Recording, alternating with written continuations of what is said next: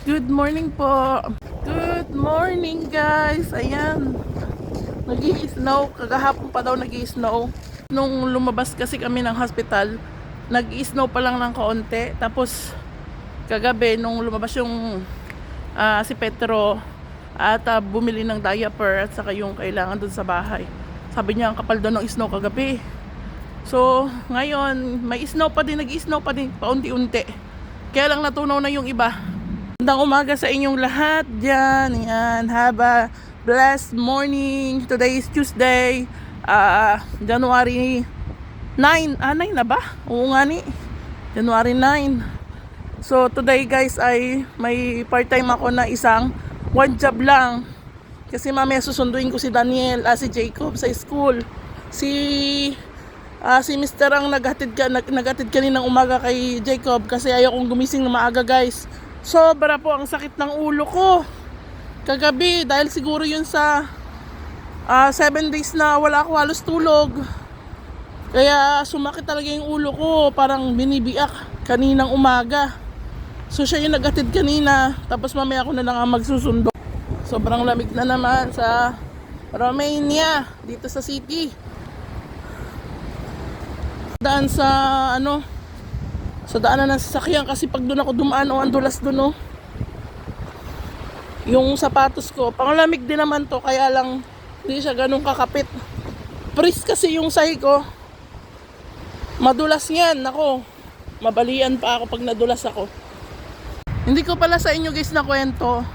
Itong suot ko na jacket, ito hanggang baba yan Sobrang nito, ito ay papasko sa akin. Hindi ko ito na vlog papasko to sa akin nung isang client ko. Tumaan na sasakyan kaya no choice tayo guys. Dahan-dahan lang. Dumaan guys. Ang daming sasakyan na dumadaan sa dinadaanan ko. Lamig. Simiyo garapon. Umuusok no. Grabe lamig. Ang ganda nitong jacket na binigay sa akin ng isang client ko. Na asing siya sa loob. Thermal talaga siya. Ang lamig. Grabe, ang lamig. Guys, yung suot ko na, yung snow Yung suot ko na jacket, na damit ay 3 patong. 3 plus itong jacket ko. Tapos 2 patong na pants. Isang thermal na manipis. Tapos isa itong makapal sa labas. Tignan nyo sobrang busy na naman ang daan. Ayan. Back to normal life kasi wala ng holiday. Ngayon, ang mga tao kod-kod na naman trabaho para mabuhay. Para may pangbayad ng bills. Para pangkain.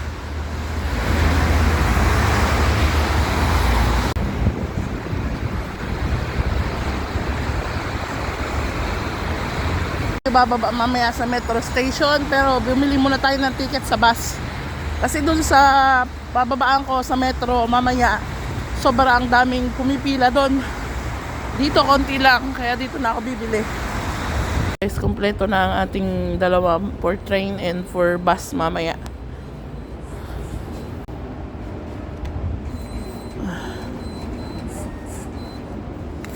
Tayo dito kasi mamaya ay nakukudkura na maigi mamaya. Ay guys, back to normal life tayo. Ay thank you Lord kasi na si Daniel okay na. Kaya lang kagabi guys sobrang iyak ni Daniel dahil guys si Daniel po ay may hernia. Alam nyo kung sino nakakalam dyan na may anak na premature. Si Daniel may inborn na hernia po, yung egg niya ay lumalaki lalo na pag umiiyak siya. Pero naopera na po siya before this year, naopera na yan. Tapos yung hernia niya pumunta na naman sa kabila. So kailangan ulit siyang operahan. Hindi naman po ganun kadelikado yung pag-opera doon. Ito na tayo guys sa Real Blyco. Sasakay naman tayo ng bus punta sa ating trabaho. After nung bus yun, maglalakad naman tayo papasok ng subdivision. Guys, muntik na ako hindi makababa ng bus. Nagpindot-pindot lang ako kasi yung nakasabay ko, Pilipina. So ayun, nagkwentuhan kami. Maritesan. Sa daan nagpipress yung daan. Ay nako. Dito na tayo guys. Ino-offer na bahay sa akin dito yung boss ko. Kaya lang 500 euro. Ay Diyos ko. Nung gagawin ko sa 500 euro sobrang mahal. Pero maganda yung bahay.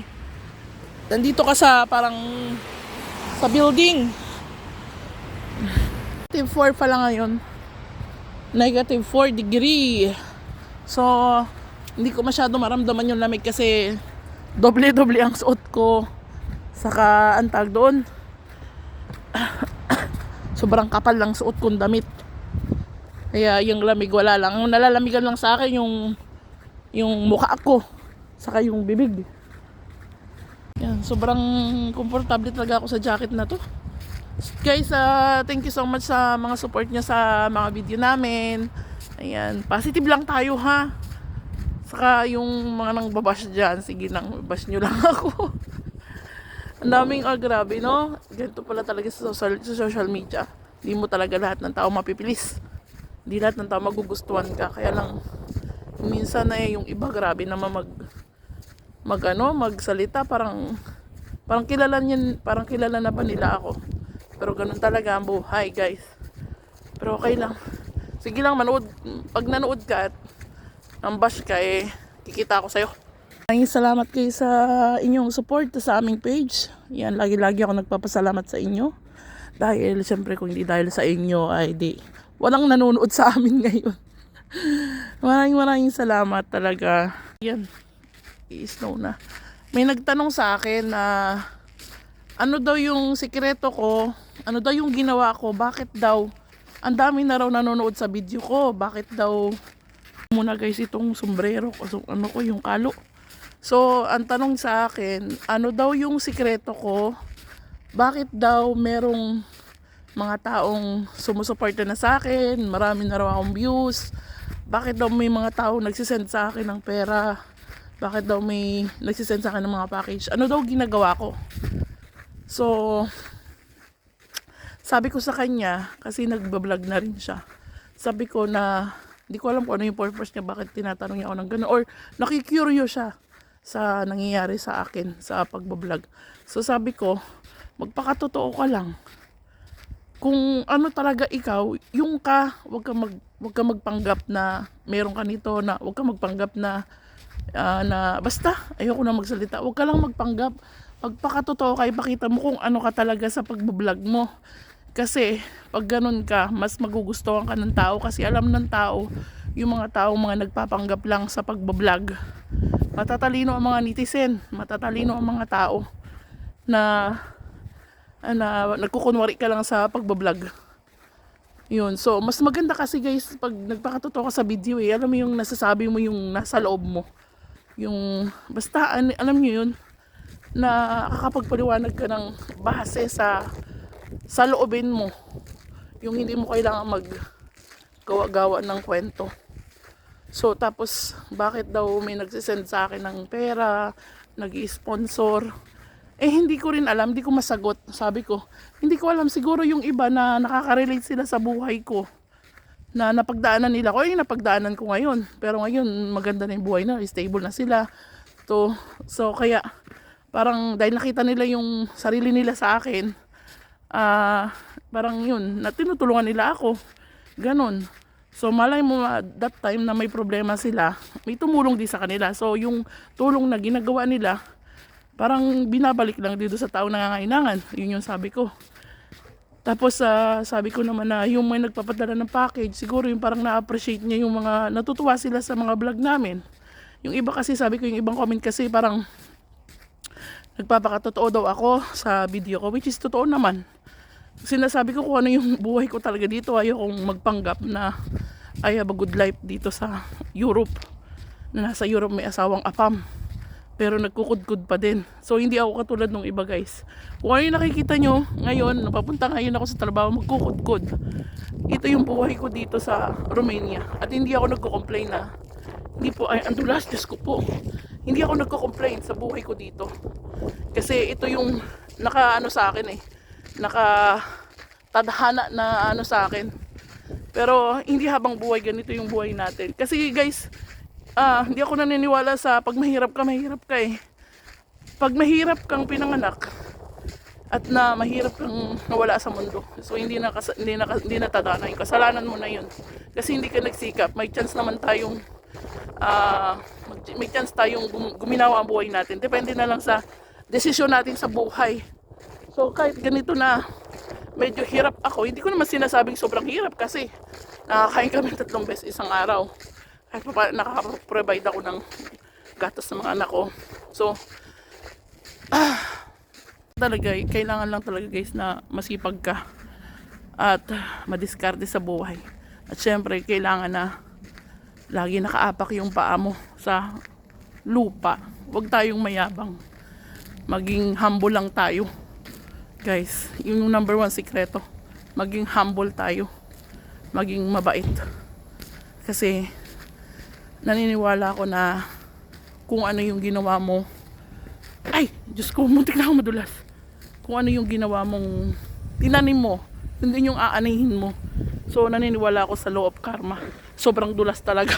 Muntik na ako madulas. Sige, vlog pa. Dito tayo sa may snow. Sa may snow, hindi madulas. Hanggang dito na lang kasi malapit na ako sa bahay ng amo ko. Basta yung sabi ko sa inyo guys ha, doon sa nagtatanong sa akin, magpakatotoo lang kayo sa vlog, sa video nyo.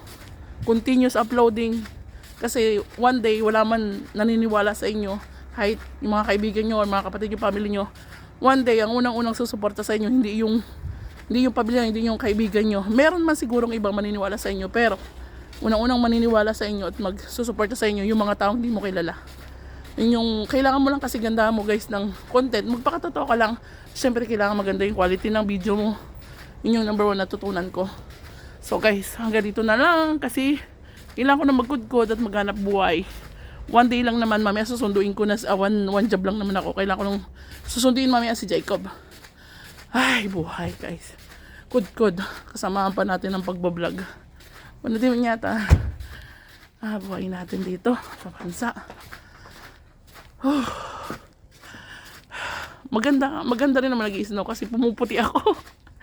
Pag wind. Ay, sige na guys. Bye.